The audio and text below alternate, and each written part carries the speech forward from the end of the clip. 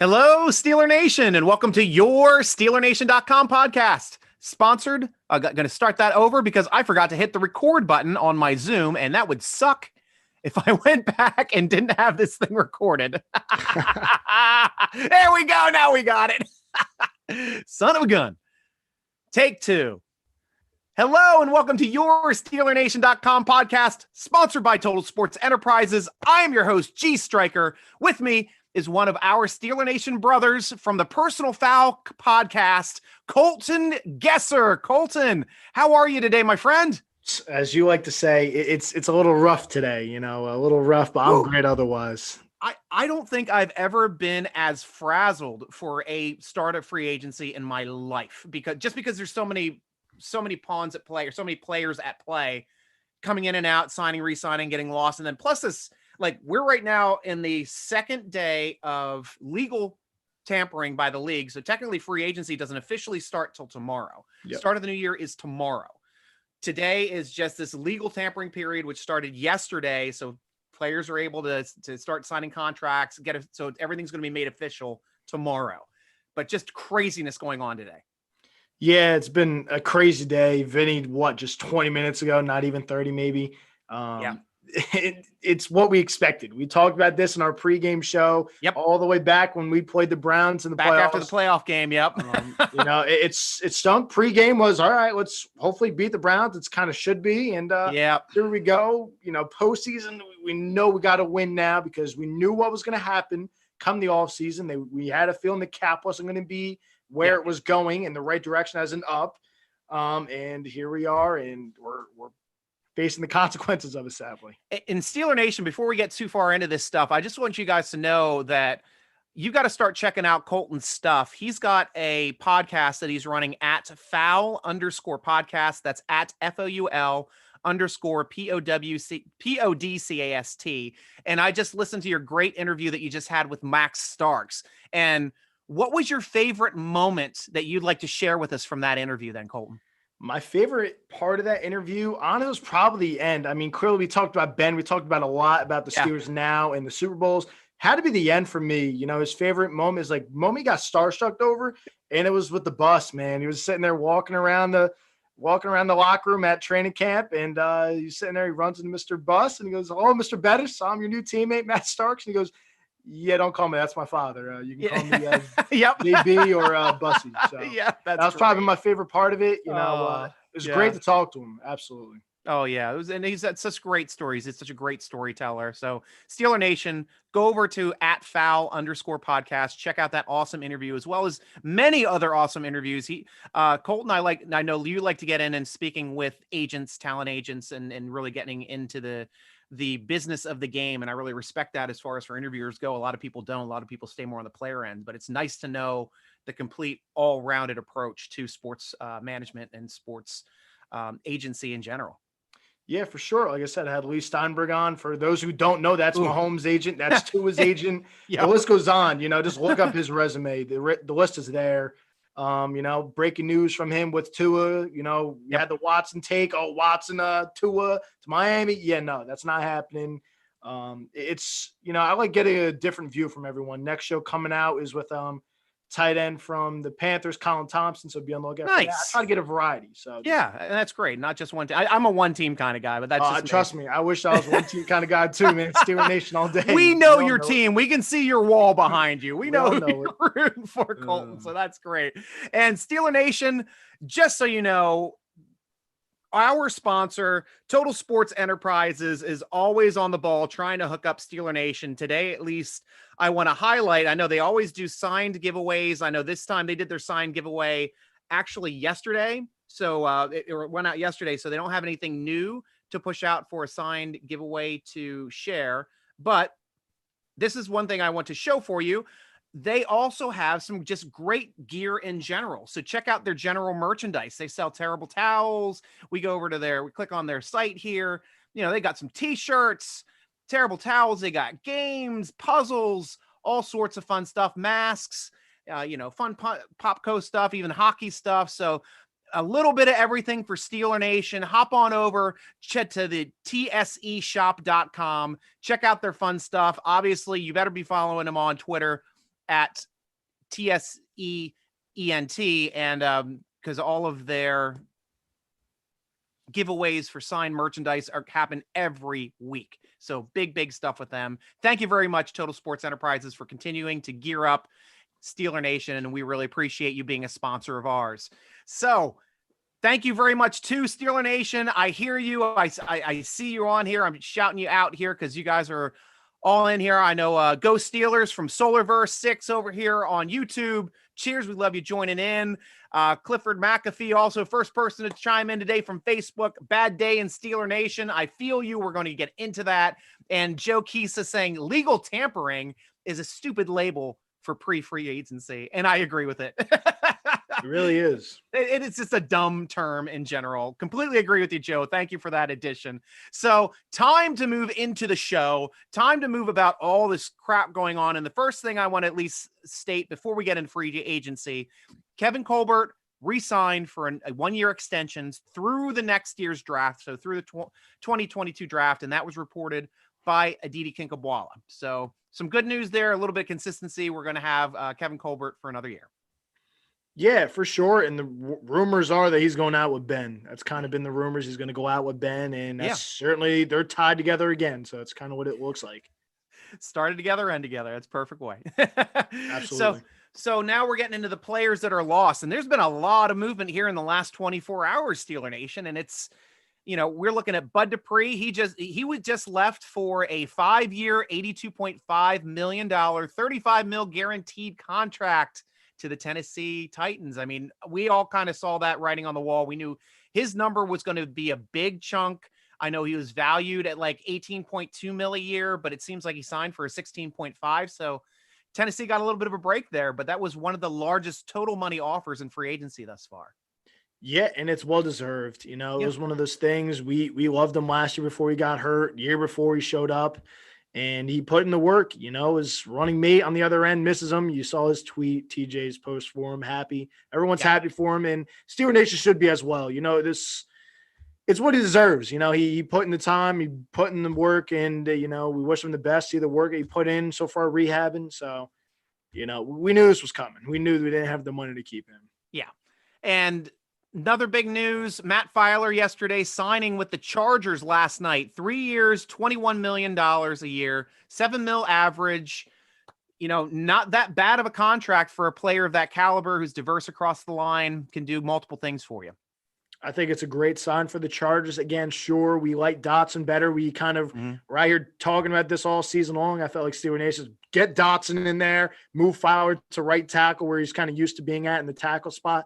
As you said, the diversity where he can play is huge on the offensive line. That's what you got. Nice little penny there. Spot on, Colton. Spot on. And now we're getting to the signings that really started to hurt me today, or the players that left. First one being Tyson Olualu, who signed a 2-year, $6 million contract with the Jags. I know he came from the Jags. I know the weather is nicer in Jacksonville than it is in Pittsburgh, but at that price point, $3 million a year, you'd be able to spread that out. So he was only going to be about $1.5 million, like probably on this season's cap.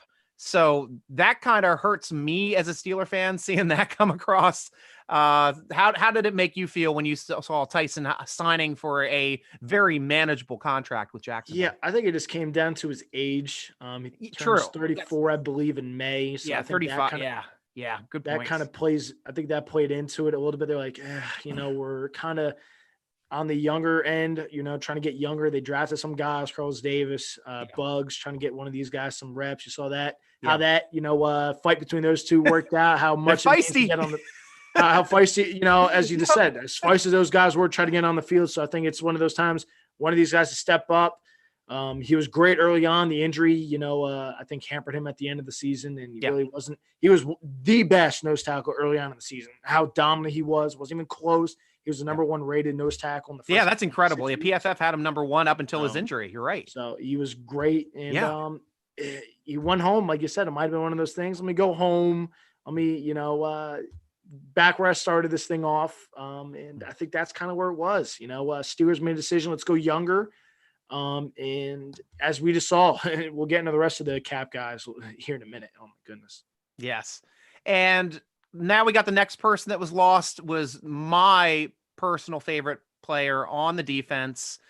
I'm built like a punter. This guy is built more like me, being a shorter end, but he makes lots of plays. And that was Mike Hilton, leaving to the interdivisional Cincinnati Bengals, which really burned me, not only leaving the team, but going to a division rival that will see him twice a year. And that's not what really upset me, Colton. What upset me was the amount that he left for. Everybody was talking about him and being to a $7-8 million a year player. And yeah, that's definitely probably what he was going to be paid, but they got a 4-year, $24 million contract, which turned out to $6 million a year.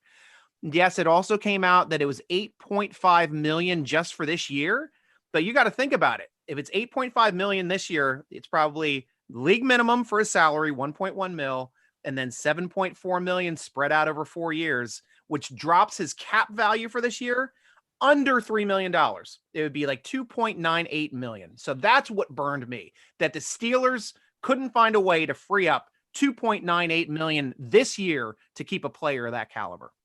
Yeah, again, like you said, I was expecting a higher price tag. So when they signed Sutton, it was like one of those, all right, I like bringing Sutton back. It's a good deal. And it's like, all right, that clearly means goodbye to Mike Hilton, which it ended up being goodbye to Mike Hilton.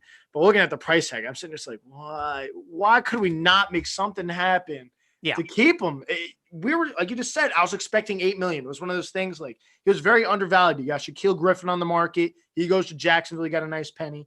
But it was sitting there, the talk of Shaquille Griffin, and then like Mike Hilton was down in the bottom. So like, Mike Hilton's the best nickel corner, I feel like, in the league. He's a top 3 guy at the position, and he was not even remotely paid to where he should have been. And it's just a slap in the face, especially when he goes to Cincinnati. Oh my goodness. Yeah.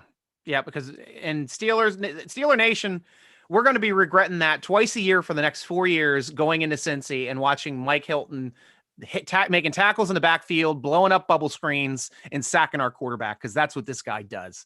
So that's the one that made me sick to my stomach. This last one just kind of cut to my heart a little bit, just because Vince Williams been nothing but a great player and teammate of our team since we brought him in, and he's been one of the best A gap blitzing inside linebackers in the league. And for the Steelers to save $4 million just to throw him out on the streets. I mean, he didn't expect he was going to be retained. I know he said yesterday, and I was going to report on that he tweeted out, "I can hear the streets calling." And then today, right before this podcast, he is sent packing from the Steelers to save $4 million. Unfortunately, before that $4 million could be used to re-sign somebody like Hilton. Yeah, that's the real slap in the face. If you knew you were going to really let him go, why are you not doing it to retain Mike Hilton? Yeah. Mike Hilton, I know we're on Vinny and I'll get to him in a minute. Mike Hilton's literally one of the best top 2 blitzing players in the secondary. Number 1 is clearly Jamal Adams. Otherwise, you couldn't tell me another corner that blitzes as well as Mike Hilton. You really couldn't. Nope. We're going on to Vinny. It's just because, like you said, it just fires you up. It makes zero sense. But yeah, Vinny, you guys been here for 8 years. I mean, when you saw when he was out against Buffalo, it's like, dang, I think this game could have been different. They had Vinny.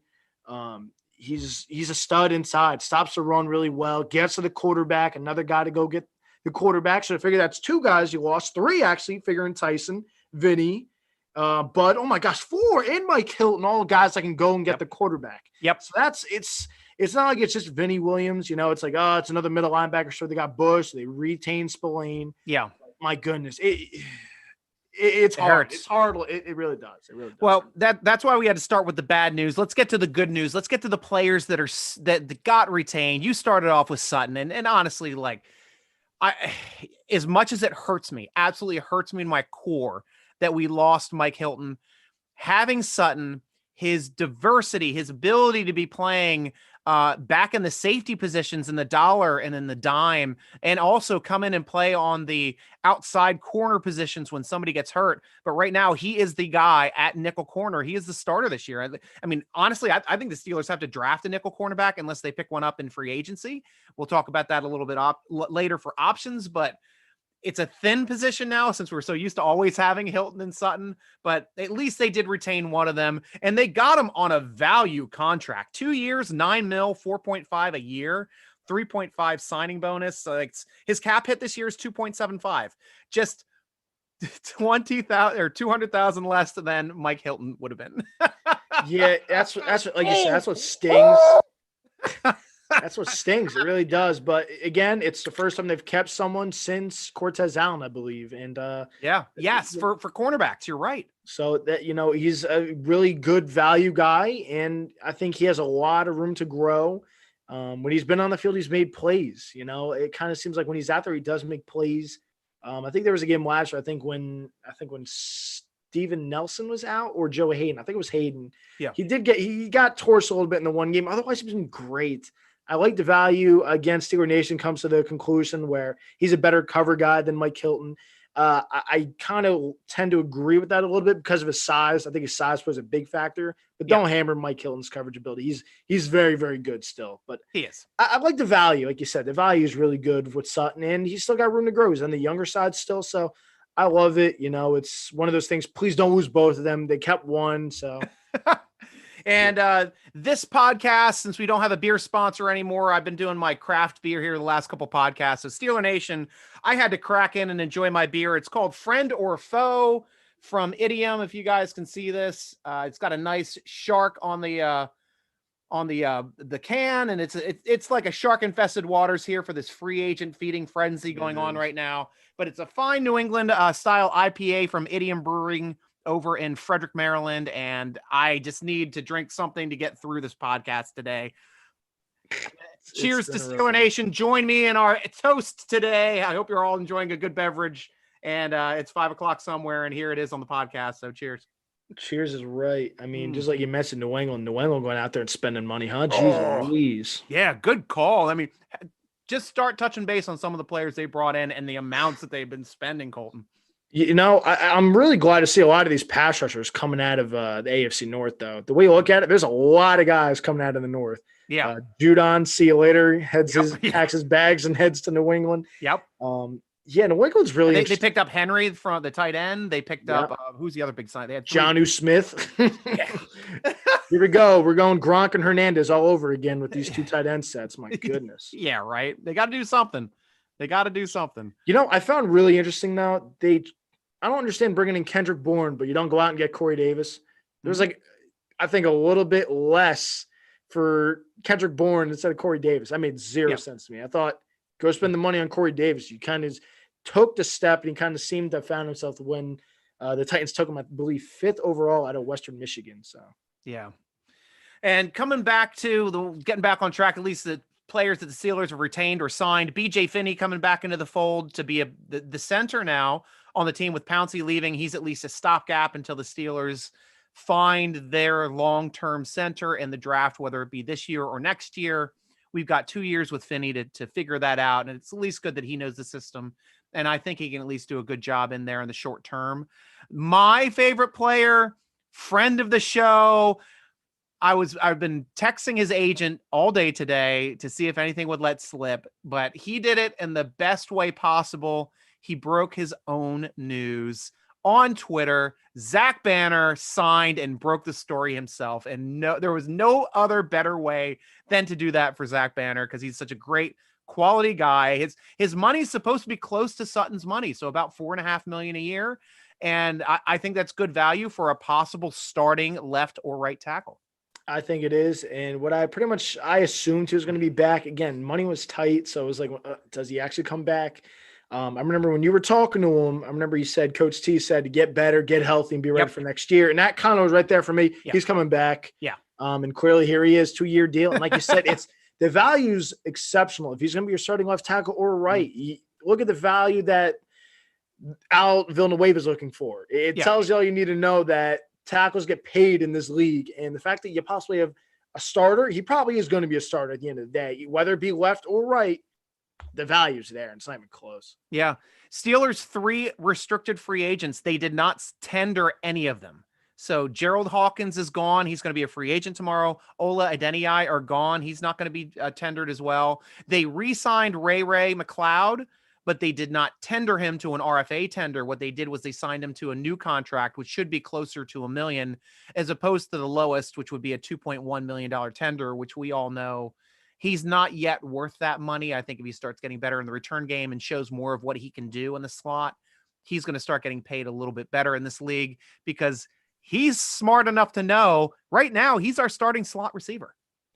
Yeah, he's really, really good too. And the return game, yeah. the return game's really good too. For me, what I noticed a downhill for him was after he fumbled that ball. He had a muff punt. And ever since then, like his confidence has gone down. I don't know what happened to him, but otherwise, if he gets it back on track, he's one of the best returners. I'm saying, like, holy crap, I love this return game. It's like Antonio Brown back there all over again. Exactly. And it's not like Deontay Johnson. Deontay Johnson was explosive, but I felt like every punt I'm sitting like, please don't muff it. Please don't muff it.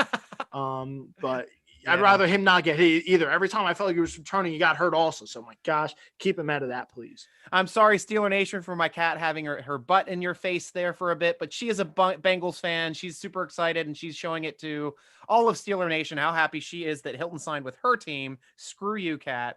That's why I can get to yell at my cat during Bengals games and my dog during Browns games because she's a Brown dog, so of course she's a Browns fan. But this is the way it goes in the Stryker household. And fortunately, we don't have a bird because I would have killed it by now. Tomlin needs to go, says by Joe Bilner on Facebook. I hear you. I know that there's a lot of upset over the stuff going on here in free agency, but the free agency stuff is Omar Khan and Colbert time. I mean, yeah, Coach Tomlin has some say in it, but mostly this is all money moves with how close the Steelers are to the cap. But they needed to have a lot more space. And I'll talk about that right now because if we just did a couple restructures, if we restructured to it, it would save about $4 million. Boswell, about $1 million. Extending Nelson, you probably could have dropped his cap $5.5 million. Same thing with DeCastro, $5.5 million.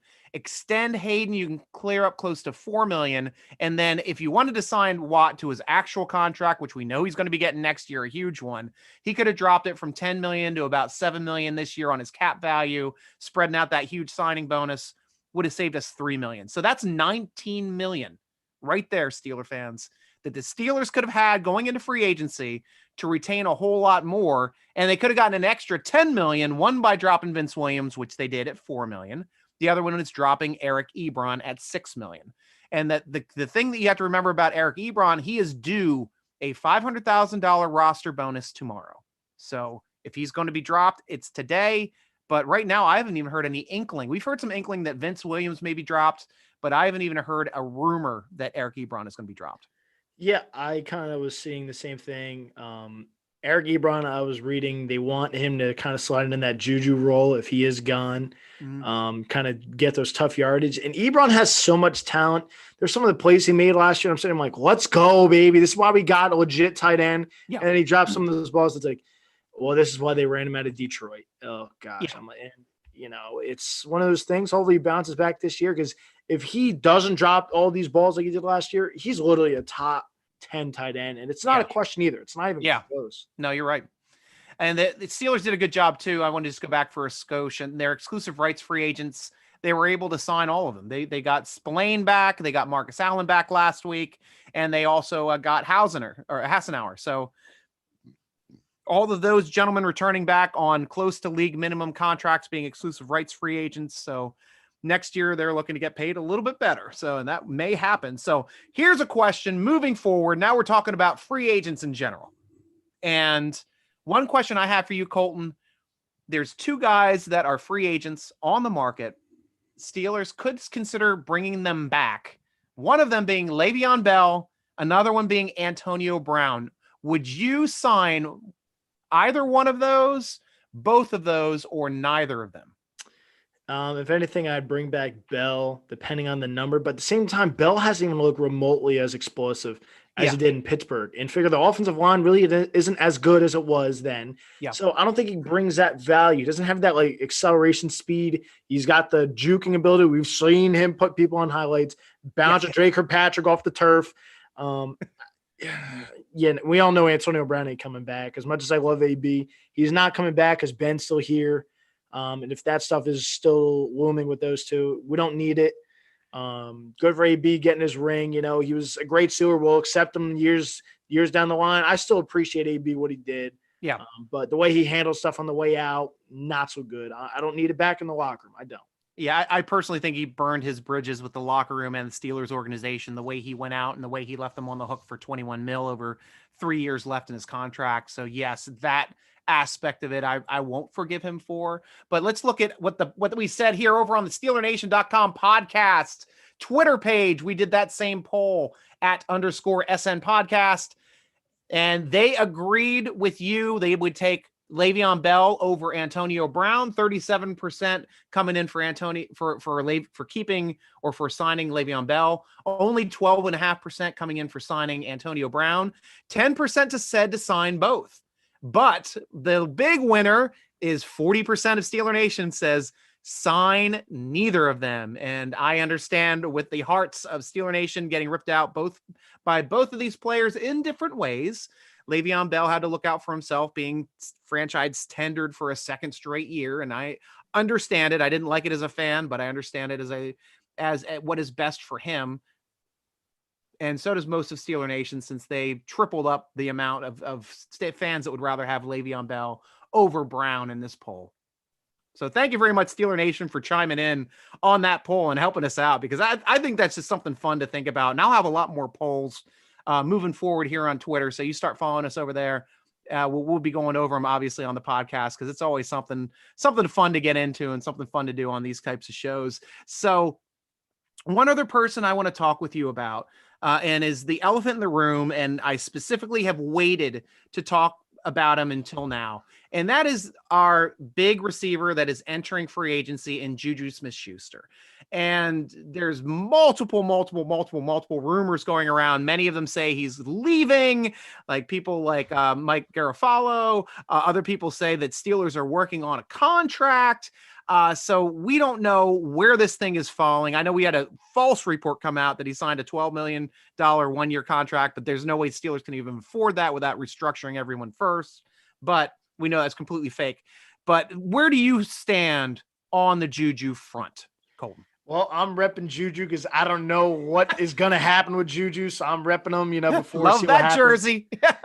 see where he ends up. I'm always going to be repping him. He's a Steeler guy. His post says enough. He wants to stay. I believe Ben wants him back as well. I think if they can find a roundabout number, he's going to clearly test the markets. If he gets blown away with like a $60 million offer, he's going to take it. He's not stupid. Yeah. But I think he's going to go out there and test the market. And the market really hasn't been good for receivers. I saw the Corey Davis number, and I'm sitting here like, the Steelers could kind of work a way to making Juju work for that. If that contract is what Juju's going to get around, he's not going to go to a team where they're bad and he's getting paid a lot, because he wants to win. And we saw what he did last year. Yeah. He was all about winning. How many times did we see him in the end zone celebrating with Deontay Johnson? Yeah, for their big touchdown. Every other freaking guy scored a touchdown. Yeah. So he's a team guy, and I think he loves Pittsburgh. And if the number is like somewhat not where he was expecting, where he's out in the market talking to teams, because as you can tell, Kenny Gallaudet, who's the number one guy, he's not signed yet. So, and Juju's up there, number two. Look at his age. He's 23, 24. That is there, and no one's going out and slamming, like, holy crap, here's $15 million for you. So that tells you the market is kind of cold. I think Josina Anderson tweeted out and said, the market is not there for the receivers right now. I guess a receiver texted her or something, was like, the market's just cold right now. It's not there. Yeah, so it's dead. Like, it's dead quiet for all the top name receivers. So I had to start thinking about, why is the market so cold for receivers? And I think it's got a couple things going on with it. And one of them being, this upcoming draft is supposed to be an excellent wide receiver draft. So why spend 10 to 12 million or 14 million on a receiver where you can pick one up for a rookie contract? Other one being, last year's draft class was freaking epic for wide receivers. And we've got a lot of budding superstars. Fortunately, the Steelers were one of those teams that went out and picked one up as well. And Chase Claypool, who I think is going to be featured in this offense this year. And he's going to be a big part of it. So I think those are some two really large pieces of what's going on. And then the final one is, I really don't know if any of those free agents are the guy that you can really hang the offense on. Like, this is saying this is the guy that can run your whole, that can be your number one. There's a lot of guys that are like 1Bs and 2s on the market, but not any surefire number ones. If anything, it's Kenny Gallaudet. When he's healthy, he's been the lead horse in that offense. Yeah, when he's healthy, yes. And, the thing is, he was with Stafford, and Stafford was a gunslinger. And Detroit, I felt like, was always behind. So his numbers were blown out of proportion. So, again, I'm not saying he's not good at all, but he's very good.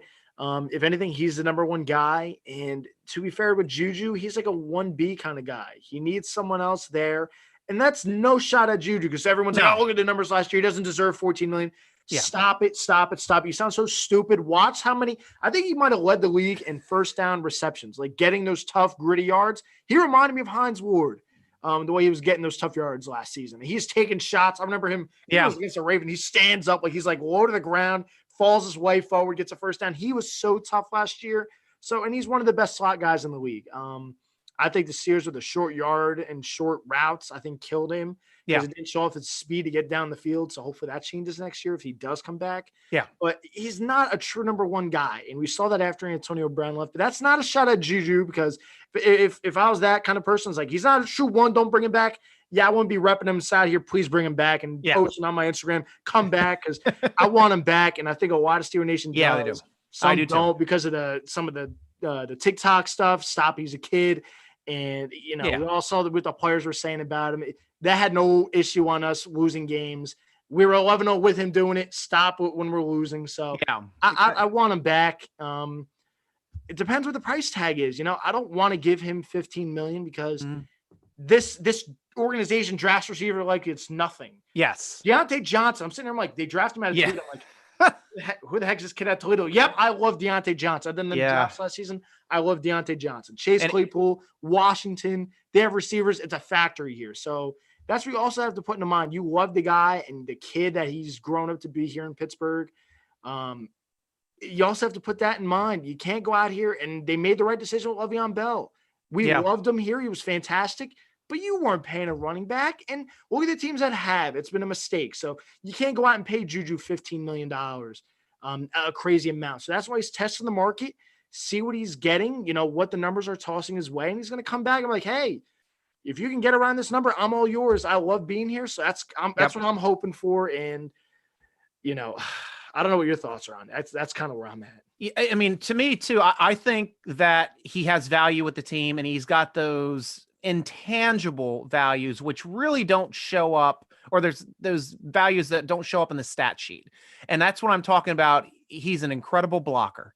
He is not afraid to go down and slobber knock a linebacker, a defensive end. It doesn't matter. He will hit. He's got that Hines Ward mentality. That's something that I've always loved about him. Second, he is willing to take shots and making those tough catches over the field, over the middle of the field, to extend plays, to get first downs, to extend drives. And that is what I really love about a player like that. And that is something it's intangible, because it doesn't really show up in the stats. But when you watch him play, you just know he was such a big part of our offense. Hell, he was 3 catches shy of 100 last year. And that is very difficult to make up, as we saw when Antonio Brown left the team. You just don't get another receiver coming in and catching 100 balls. And now, finally, year back with Ben, full year with Ben again. I mean, Juju was 3 catches shy. So that's going to be very difficult to make up if he is not retained. But I'm with you. We have to find the right number to retain him. And I'd say if it's anywhere between 8 and 12, that's my range for him. If we could find an arrangement between 8 and 12 million to keep him on the team next 4 to 5 years, hell yes, I make that deal yesterday. And that's where I sign for. 14, 16, no. I can't. I cannot put that kind of money in a receiver when the Steelers already know what they're doing. It's already another great deep draft for receivers coming up. Steelers are going to draft another receiver no matter what. They do every year. So we'll see who the next guy is that they throw into the mix, because they're just a wide receiver drafting machine. They are. And it's, again, I love him. He's a great guy off the field. You see all the stuff, the buying clothes around Christmas, for people, the delivering food to the homeless. I mean, he's always doing stuff. He's a great guy, and you need that. And it's just a great locker room guy. You see Claypool, the TikToks with him, another team trying to sign him, smacks the money away. I got you, Juju. Like, he brings a presence to the team, and the team loves him. And again, Steelers Nation loves him. Yeah, they do. So, I'll be repping his jersey still if he does leave. I don't want to see him go. But like you said, you can't fork that money in a receiver, because to be fair, Antonio Brown was more skilled than he was. Yeah. You know, the getting open and just being that guy. Not saying Juju isn't. It's like I just said a minute ago. The first down receptions and the tough yards are sitting there where it's a 3rd and 7 and he's going on across. It's like, crap. He ain't getting a first down. Next minute, boom, he bombs someone and he gets a first down. So he always is moving the sticks, like you said, with the blocking.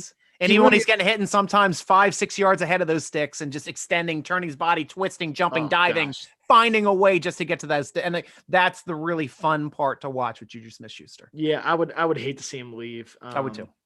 You know, for a team that kind of, if he does go somewhere, the Raiders, I keep seeing the Raiders and the Raiders making cuts. If he does go somewhere, I think it's the Raiders. They lose Nelson Aguilar. I think it's the Raiders if he goes somewhere. He's closer to home. Again, I don't want to think about it because I'm just sitting here. I'm always checking my Twitter the past few days since free agency started. I'm like, please no Juju. Please no Juju. Yeah. As we see, re-sign Juju. So I'm just. And Colton, that's where I was surprised that Aguilar ended up going to the Patriots, right? Yes, correct. And I was surprised because I thought for certain with the money that he signed for a good money contract, but I would have thought that Bill Belichick would have targeted Juju Smith-Schuster over Aguilar because of all of the other things that Juju Smith-Schuster can do. That Aguilar is strictly just a receiver. I don't see him as being as good of a blocker, as doing those intangible things that Juju does. Obviously, Juju's not a number one like they need, and Aguilar's closer to that. But to me, more consistency out of Juju also. Yeah, but Juju kind of fits, especially if they were going 2 tight ends and having Juju as your wideout. That would have been a sick alignment and a very, very tough receiving alignment to defend against. Fortunately, they went with Aguilar instead of Juju, and I'm happy for that because I see Aguilar as not being a soft player, but he's softer than Juju. No, I think Juju's the toughest wideout on the market. It's not close. Yeah. The durability, other than last year, he was banged up. The concussion, the knee injury against Cleveland. I think that's kind of what hindered the season. Otherwise, he's been relatively healthy. Knock on wood for his sake, but he's been relatively healthy. He's never really hurt other than last year. He's oh my God, I'm watching this stuff with the missing bike and stuff, and it just brings back memories. I don't want him gone. I really don't. Right. So I hope they can find a way to keep him, like you said, 8 to 12. I'm not that guy. Give him whatever he wants. You see that Family Guy clip?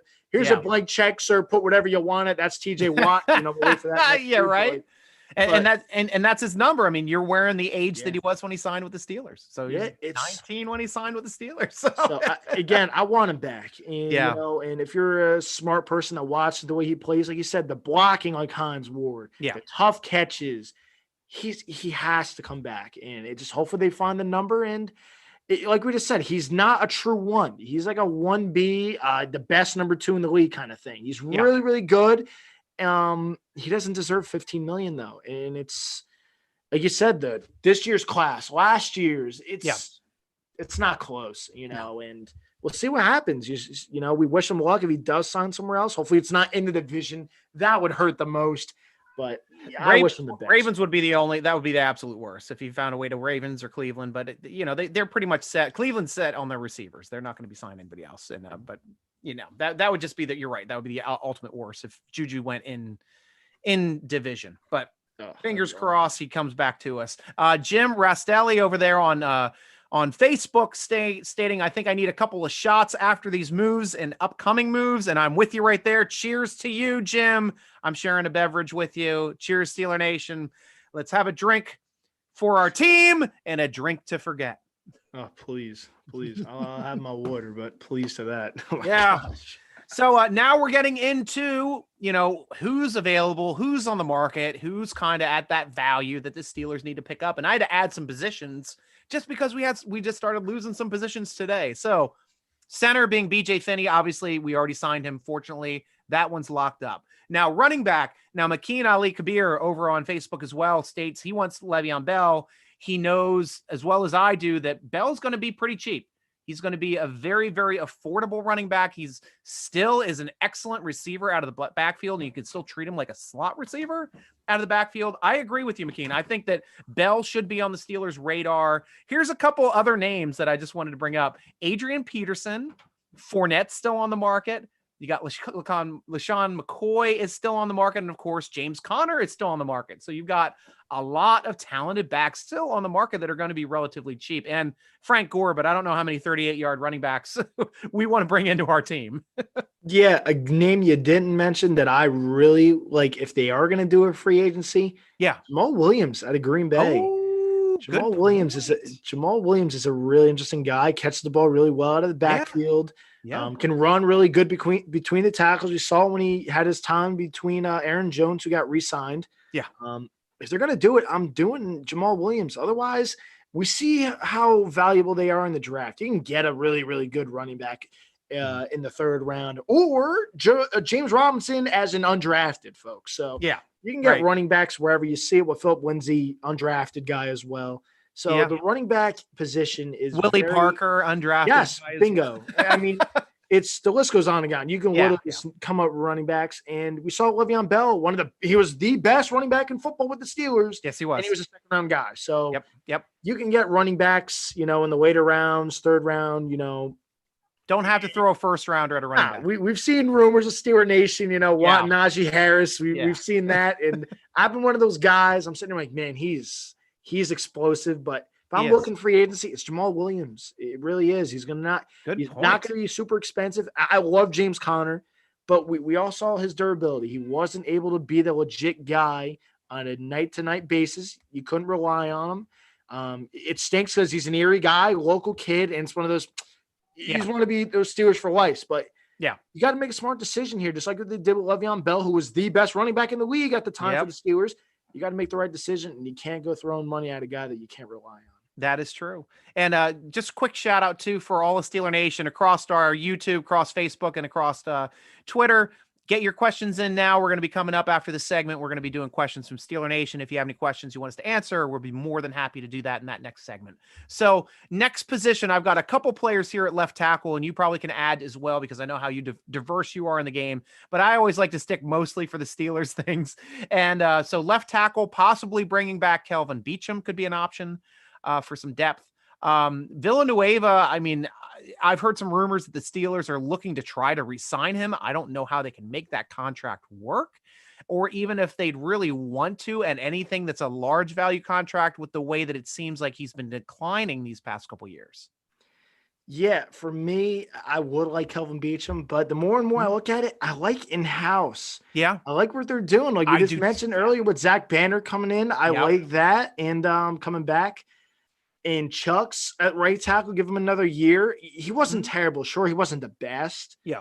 But he wasn't awful. He wasn't bad. He wasn't. No. He was for him being tossed in, pretty much those two were neck and neck, him and Banner. So I figure Banner was ahead of him, which means Banner's clearly the better guy. And slide him over to left. I think that's the best option. I do like Kelvin Beachum. It's really interesting to see what goes on there in Baltimore. I think Brown is kind of on the talks of, get me the heck out of here. Which is crazy. So I think that'd be beneficial for clearly the Steelers don't have the money to pay him. No. Highsmith, that'd be really good. So I again, sticking on the left tackle, I think staying in house is the best situation and draft. That's kind of where I see the Steelers going at that first round pick is as much as we want to see a skill guy there. Yeah.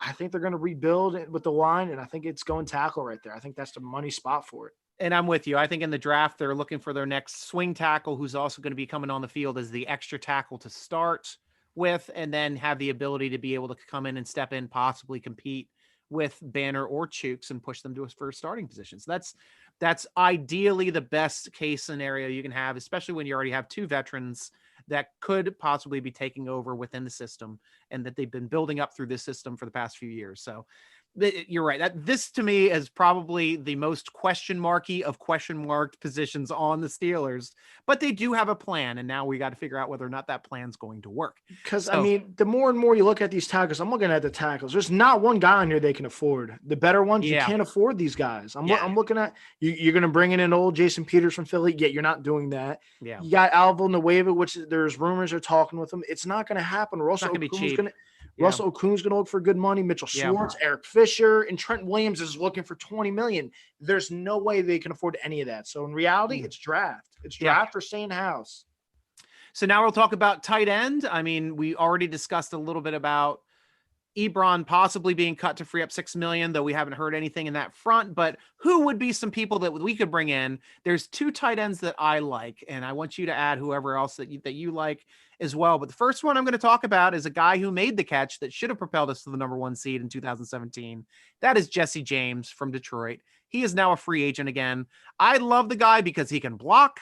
I love the guy because he can make the tough catches. He can extend the chains. He's not going to be your shifty downfield, getting big yardage player, but he's the type of tight end that can extend drives with quality catches and good hands. And that's one thing that I always liked about Jesse James.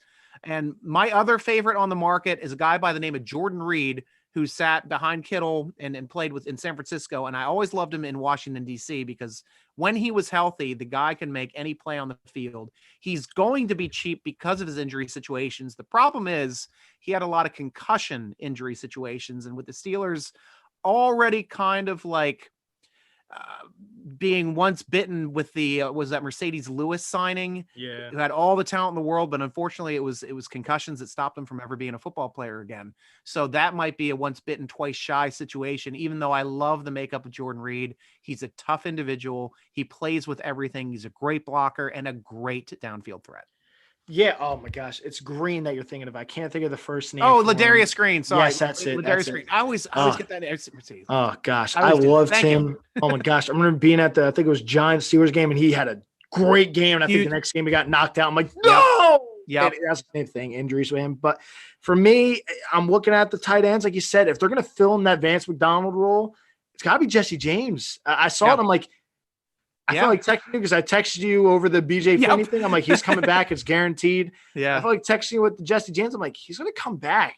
Yeah. I have a weird feeling if they're going to fill the Vance McDonald role, it's Jesse James, unless they want to look for a kind of like what they're doing in New England, a 2 tight end set where they're kind of scary guys, someone like athletic and go down the field with Ebron. Yeah. I do like Jordan Reed. The thing is, I'm so scared of the injuries with him. I am too. I'm so scared of it. I hear you. For me, Trey Burton's another guy I'm looking at. Gerald Everett from LA, I think has a lot of potential. Yeah. But those guys aren't really good pass blockers. So I think it's Jesse James. Yeah. Eric Ebron got a little bit better, and that was kind of something that he said he was going to work on coming into Pittsburgh, because he knew I'm not just going to be going down the field every single play. I got to work on the pass blocking and the run blocking. So I think Jesse James is a no-brainer here. Again, sure, I'd love a Jared Cook who's out there, Trey Burton, who's back on the market from the Colts, and Bear. Yeah, that all looks great and all. It makes sense for Jesse James if they're going to make it tight end. Yeah. Moving on to inside linebacker. Fortunately, the Steelers have retained Spillane. Of course, Bush is going to be coming back this year, but now they have a gaping hole at depth because they just jettisoned Vince Williams. So obviously, they've got to pick up another inside linebacker to help as a veteran presence before the draft. And I was thinking of a couple options, one being Reggie Ragland over there out of Detroit, because Steelers love drafting people or grabbing people from Detroit. Josh Bynes from Cincy, free agent, good tackle machine, and as well as also possibly bringing back to provide some consistency, bringing Avery Williamson back, because this guy is a tackle machine. Yeah, I like Avery Williamson. Again, the money is the really interesting thing. Seeing what these guys are going to get paid. I really would like Avery Williamson. I kind of expected them to use him more. And they really didn't. I think they liked their guys that they had, and they knew the system more, I think is probably why they did that. Denzel Perryman is a guy I would really like from the Chargers, guy that kind of comes to mind here. KJ Wright is going to expect top dollar. That's the problem. The money situation is going to be the problem. Every time I feel like I watch free agency come around and Steelers Nation sitting there, you always have that gif, poking the thing, like poking the logo, do something. They don't. Not what they do. Quan Alexander gets cut by the Saints. Again, I would love him. He's a talented guy. Yeah. It's not what they're going to do. If you think what they do, it's not what they do. They're not going to go out and spend the money. They don't have money. Otherwise, they would have kept Veon. Yep. So I don't know what they're going to do. I would like a guy like Denzel Perryman, but he's going to expect top dollar. Quan Alexander, the same thing. So it's a reality check. I would love those guys. It's not going to happen, though. So, again, probably one of those things they'll draft. Hopefully they can get Avery Williamson back. That's – if I'm looking reality, I want Avery Williamson. He's on the younger side still, and he's got the speed, and he's a tackling machine. So I would love him back. So then I've had to add nose tackle today with Tyson Olualu leaving for greener pastures in Jacksonville. So here's a couple, and I always going to throw in a Steeler. Steve McClendon being a possible option. Trayvon Hester could be an option, and Christian Covington hopefully is as cheap options. But as we've already discussed, it looks like the Steelers have already been developing and drafting that depth for nose tackle with Buggs and with Carlos Davis. They do have some players in waiting, possibly ready to take over that role. And that role was 43% of the defensive snaps last season, which were taken up by Olualu. Yeah, I again, this is one of those things. I think they stay in-house. We talked about this a little earlier, as you just mentioned. I think they stay in-house. Carlos Davis, Buggs. You saw the feistiness, those two on the sideline. I think it stays in-house. But if I'm going guys, I like Crawford from Dallas or Gerald McCoy. I think those are guys I would like, especially Gerald McCoy.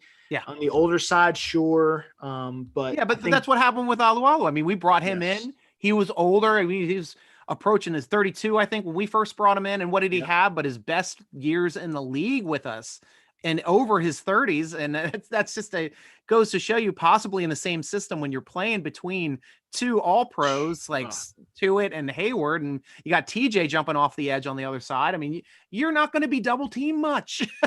Yeah, you're going to get his looks. And I think it would just benefit bringing in a guy like Gerald McCoy to teach like a Carlos Davis. Because Gerald McCoy's been one of the best nose tackles in the game during his time in the league when he was in Carolina.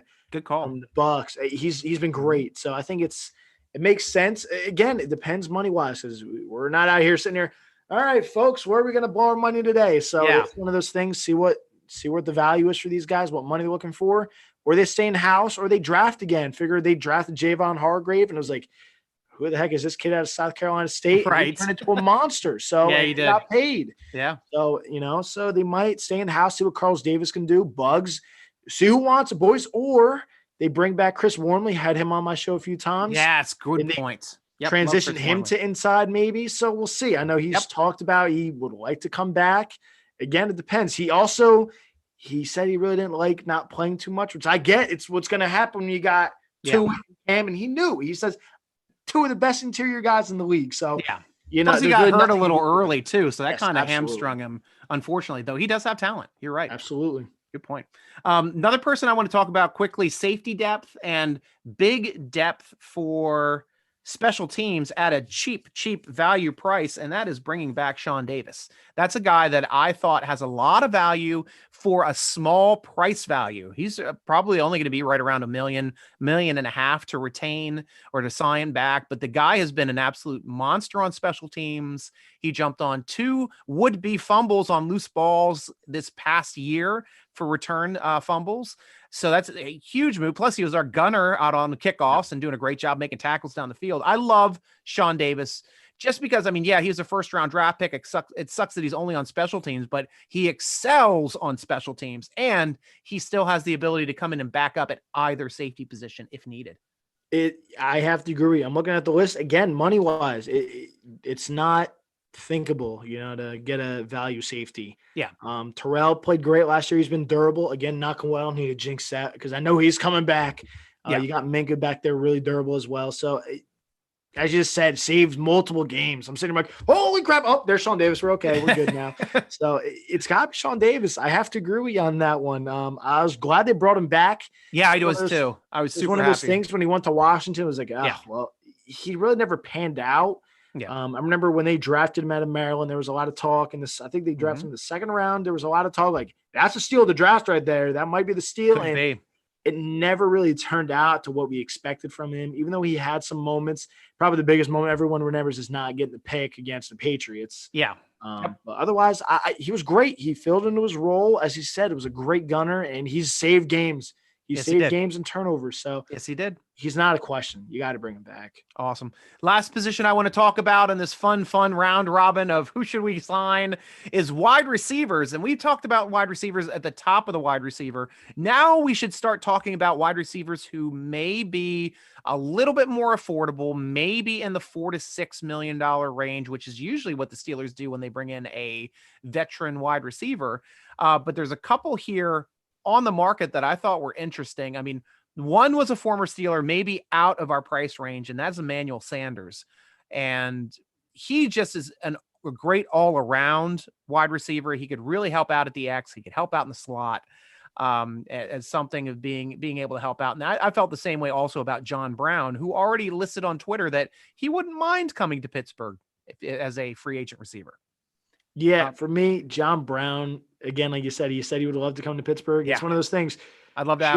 Sure, man. What price tag you coming for? You're coming for $6 million. I'm all in for it then. But money talks. Again, that was a guy, like you said. Another guy I'm looking at here, Willie Snead. Good. Yeah. He caught a lot of tough balls for Baltimore. And yes, it's one of those things, if they're going to lose Juju, Willie Snead caught a lot of tough balls for Baltimore, even against Pittsburgh. And another name to throw out there, if you're going to fill in the slot, Golden Tate. Yes. Golden Tate's another guy that's one of the best slot guys. And Josh Reynolds, too, another one. What's Tate's age right now? Oh, he's older. Gosh, what's Tate, 30? Okay, is he 32? Okay. I wasn't sure if you had a Spo track or something for I'll check while you get it. Oh, you check? All right. Yeah, I think he's 30. He's like 30, 32 in that range, I believe. Yeah, because I mean he's a great option. Here's my dream. There's 2 dream receivers that are also available that I would love to have on this team because I've always loved and respected their games as wide receivers. One being AJ Green from Cincinnati. He's a tough guy. I mean, obviously he's more of like a Z receiver in our game, which we have Claypool and Washington kind of fighting over. But I just love the way he plays the game. And my other one is Larry Fitzgerald. I mean, guy out of Pittsburgh. I mean, just one of the best receivers to ever play in the NFL. I would love for him to come back to Pittsburgh for a year before he retires because he's just that veteran influence that he does everything right. He's a perfect game as a receiver, perfect hands.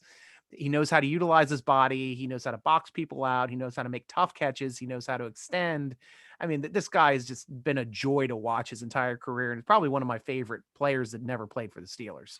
Another name that comes to my mind is Isaiah McKenzie from Buffalo. He had some games where it was like, all right, this kid, and then he kind of got lost in the shuffle because there's some pretty decent receivers there in Buffalo now with John Brown when he was there, Diggs. So he kind of got lost in the shuffle. But when he did play, Isaiah McKenzie was pretty dang good. So, and like I said, Josh Reynolds, really good slot guy from the Rams. So he picked his moments when he had his shots and he made some plays. So comes down to money. Sure, T.Y. would be nice. When he's healthy, he's pretty darn explosive outside. Yes. And same thing with Watkins when he's healthy. I feel like every first game of the season, Sammy Watkins game, people get out and draft him for just the first game of the season because he goes nuts. Yeah. Well, it's just we all know who we want back. We all know who we want back. Hopefully he comes back. Saves everyone the problems here. Yeah. At least there's a little bit of equalization within the division with the Ravens losing both Judon and Ngakoue on the first day of the legal tampering period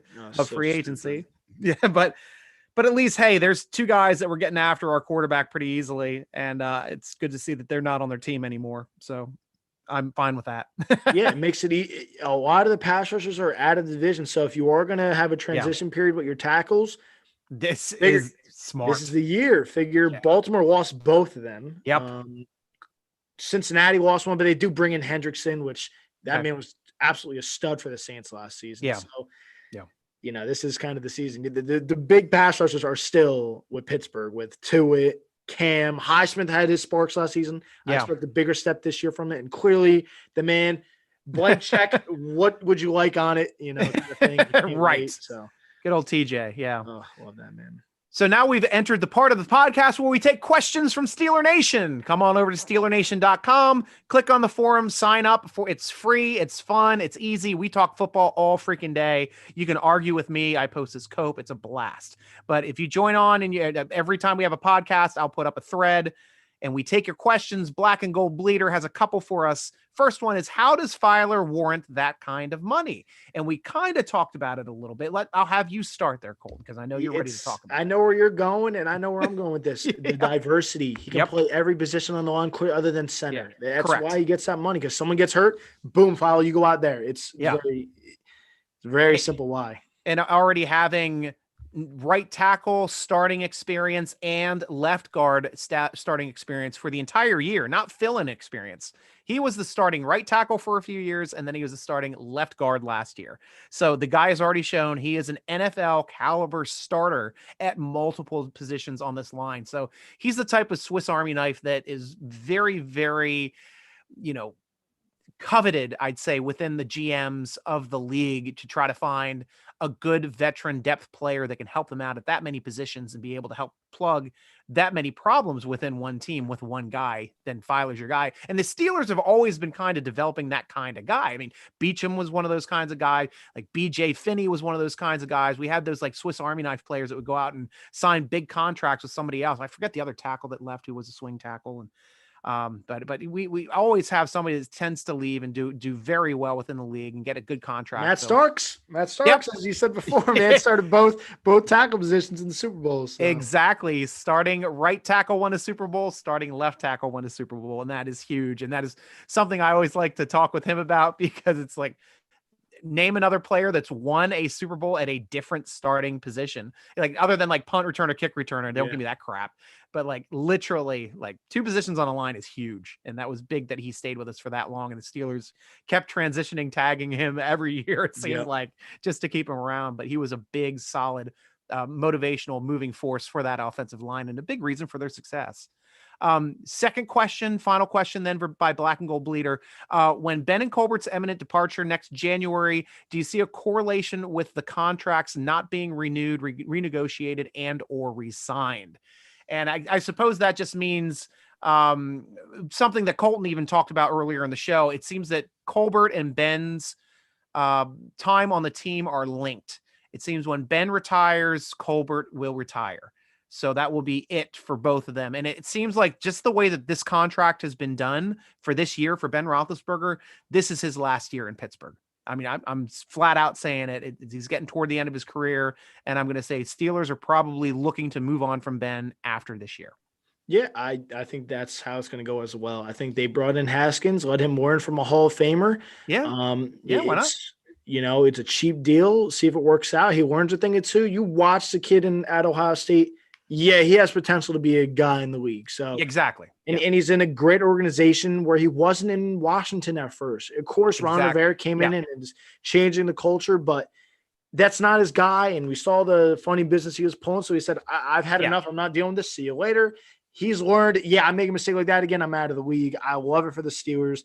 And Colbert's kind of tossed around for the past 2 or 3 years. He doesn't know when he's going to call it quits. It's kind of been, I'm playing it a year by year thing. I remember being on the phone call with Steeler Nation with him. And it was like, I remember someone asked, how long you staying for? And it's like, I'm doing this every year kind of thing. I don't know what I'm going to call it. Now we know. And, I'm blessed. He's been one of the best GMs in football. Yes, he has. He's had no money. I feel like every season's like, as I just said, Steeler Nation, do something, free agency. They don't, because they don't have the money, because they keep guys in house, but he finds a way to bring in a guy or two. And it's like, let's go. I like that pickup. And he's been great. So, and even his in-season trades have been pretty good. I mean, I know they traded for Vance McDonald. That was a big trade that they brought in. I know the other guy that Vanette didn't work out. Unfortunately, but more often than not, like bringing in Avery Williamson last year was huge, especially since we didn't know Spillane was going to go down too.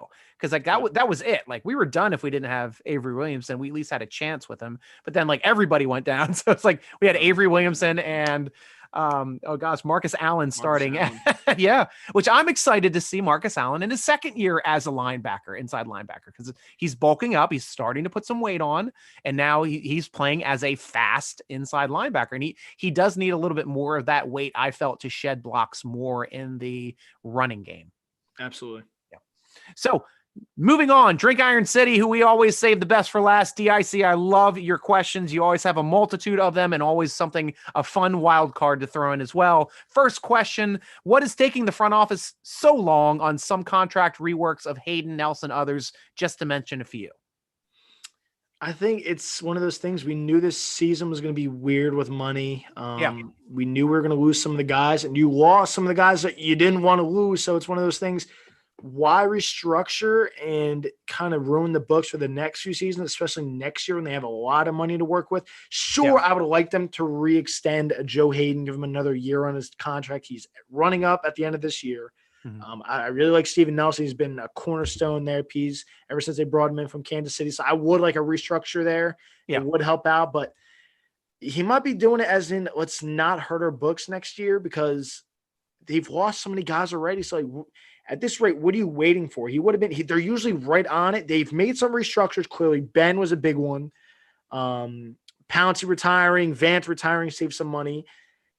I don't think they're done yet because the free agency guys don't like to just run out there and get signed right away. Sure, they like settling in somewhere. Yeah, but guys like waiting it out. Kenny Gallaudet said, "I'm enjoying being free. I'm going to enjoy my time and see where things end up." And I guarantee a lot of free agents are working that way. Sure, some of them go out right away. The guard that just signed with Kansas City was like, I was blown away. I'm clearly going to Kansas City. So you got a few, but I trust the front office. I trust Colbert. That guy's been great for us. So whatever he does, I'm all in for it. Here's my numbers though, just so we know from Spotrac, coming up for next year, the total contracts that we have and everything going on right now, our total for signed top 51 is 93 million. And the projected cap is right around 212. I mean, this year it's at 185, probably closer to 200, I think, for next year. Yeah. But even that way, if 212 is the estimated cap, it looks like the Steelers are they're over 100 million in cap space right now. That's what I'm saying. It's unheard of. 119 million in cap space. And that's with having the dead money on Roethlisberger. But actually, it would probably push another 7 million in. I think right now it's only accounting for three of the million from his signing bonus, which was like 2 points. It's close to 3 million, 2.97 or something, whatever it divides out to. You add that. So that would with up. I think Minka's gonna his fifth year is 10 million. I saw the number. Yep. And Pharrell was 5, and they're both no brainers. They're gonna pick them both up. I believe. Yeah. Unless Terrell has a ginormous downfall where it's like, because he's gone up. Steeler Nation has hammered him the past like 2 years. Other than this year, kind of was like, all right, he's turned a corner. He was a young, raw safety out of Virginia Tech. So what are you expecting? Sure, his brother is fantastic in Buffalo. Don't compare them. They're two different positions. And he's grown from being god awful in coverage. I'm like, well, that's a touchdown. He's getting torched. Next minute, he's making plays. So I'm all in for it. Yes, and that's great points on both accounts. So, but even with that, they're still right around 100 million, signing those guys, putting those guys on 10 years or just signing them to a new contract, because you don't necessarily have to 5-year somebody, because if they give them the 5th-year option, this is their 4th year for both Minkah Fitzpatrick and for Terrell Edmunds, but you have to commit to the 5th-year option before they start their 4th season, and it's guaranteed. So, that's what we did with Shazier. Unfortunately, he got paralyzed and toward the end of the season when we were playing Cincinnati. And of course we had to pay out, they paid out his entire 5th year in full. And it's because it's the way that works. So when you're playing that 5th year option, it is fully guaranteed. And you have to make that decision before they play their 4th season. Yeah, I think they do both. I don't think it's a question. And they're both great safeties. So, and Terrell's got another year coming up with Minkah, and I think it's going to only better both of those guys. Yeah, and personally, I don't know why the Steelers haven't just restructured and extended right now, because they have, with that kind of room next year, you're not even talking about it really making a dent. They're going to be one of the biggest salary cap teams next year, plus whatever rollover they had this year, which probably isn't going to be a whole lot, but it still helps. So yeah, these reworks should have been done by now. Question number 2 from Drink Iron City. I know the formula for compensation picks is anybody's guess, but I would think that Bud and Juju should merit 3rd rounds each. And thoughts? I personally think Bud is a lock for a 3rd round pick because of overall contract value is currently, I think, the highest that has been paid out yet. And that's pretty big. That's huge for that. So that will merit a 3rd rounder. We still have to see what Juju gets offered, or if he even comes back and signs with us, which hopefully he does, we'd love. And the other person to consider is if somebody falls in love with Villanueva and thinks he's actually worth 16.5 mil a season, that could be a 3rd rounder. Definitely. We're going to have a lot of comp picks next year. Yeah. We're going to have a lot of comp picks next year. Oh, and it's which could be big if they decide, depending where they finish up this year, because we don't want them to lose. Absolutely not. I want to see them compete. But depending where they finish up, those picks, their first round pick next year, it could possibly move up and get a quarterback. So those comp picks could actually help out in the end of that and the end of things. And again, I think hopefully Haskins pans out as well. We'll see. Yeah. Question number 3, left tackle in the draft or bring in a free agent already on the roster. I think we've already covered that in extent. Both we love what's on the roster right now. There is some value possibly bringing him in and Beachum, or somebody else. It would have to be a lower value guy, but we're thinking the draft, and we're thinking whoever we have on the roster right now is pretty much going to be the starters with both Chooks and Banner on both sides. We just don't know which side they're each going to be on yet. Yep. Yes, that's the big question mark. Yes. And now here is the fun wild card question that I always love from him. I will start this for you, Colton. When making French toast, pan fry or baked? Pan fried all day. And me as well. And I didn't know, and this is a funny thing here, DIC, and Colton, I've never made French toast in my life until this year. Is that right? I've never I never liked it personally, eating it as a kid. My daughter loves it. My dad was like, Dad, make me French toast. I'm like, well, I've never made French toast. I don't have a recipe. I'm just going to make it on my own. So I'm like, took an egg, added some milk, added some powdered sugar, and added some cinnamon to the batter, spun it up. And I found that 1 egg makes 2 pieces of bread for French toast the way I make it. And that is the way I do it. And then on top, I put powdered sugar, of course, and a little bit of syrup. And my daughter loves it. She thinks it's the best thing on the planet. My wife loves it. My wife was the French toast maker. She knows how to make French toast. I've never made it in my life. I guess there's other things you can add. You can add nutmeg and stuff, but I'm strictly a cinnamon sugar guy for my French toast. And I also like to make my own confectioner sugar just by running regular table sugar through a coffee grinder. You get powdered sugar. So there's a easy life hack for you guys. My mother makes the best French toast. And again, my problem is I'm not a big breakfast person. Is she a bake or a pan-fried French toast maker? Not pan. Pan-fried. Yep, I am too. Butter. Lots of butter. That's right. Yep. And last thing he just wants to mention, thanks in advance for doing these, Stryker and guest participants, Colton, of course, and thank you very much. I think that's pretty much everything on questions for YouTube and Twitter. Everybody else, nice chiming in. I thank you all, Facebook, YouTube, and Twitter, for providing some great comments and commentary during the show. We love talking to you. We love having you here on the show. Obviously, Colton Gesser, love having you on the show, man. And everybody, go please check out his podcast at foul_podcast. You got, who's your big one coming up, and when is your next podcast again, Colton? I got Colin Thompson, that show I did last week. So that show is going to be posted, I believe, tomorrow or Thursday. We also have a giveaway going on our network. We're giving away a free t-shirt or hat of your choice from Fanatics. Just go to the page and follow the instructions there. But yeah, you can also subscribe to us at Opinions Podcast Network on awesome. YouTube. Awesome. And please check out our sponsor. Go on over there and shop for some great Steeler, Pittsburgh, hockey, whatever kind of gear you want Pittsburgh related. Go on over to www.tseshop.com. That's TSESHOP.com.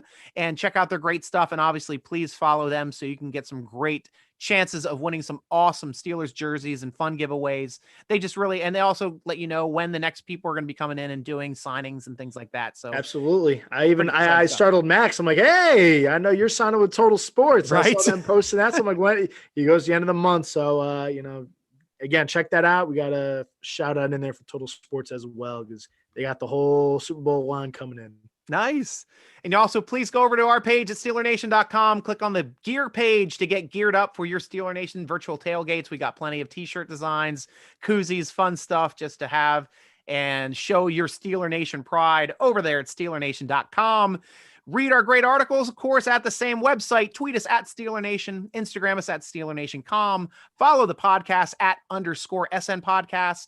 And follow me either on Twitter or Instagram at SN_Stryker, spelled with a Y. Thank you again for joining us on the SteelerNation.com podcast, sponsored by Total Sports Enterprises. I'm your host, G.Stryker, with Colton Gesser, rooting along with you as always. Go Steelers!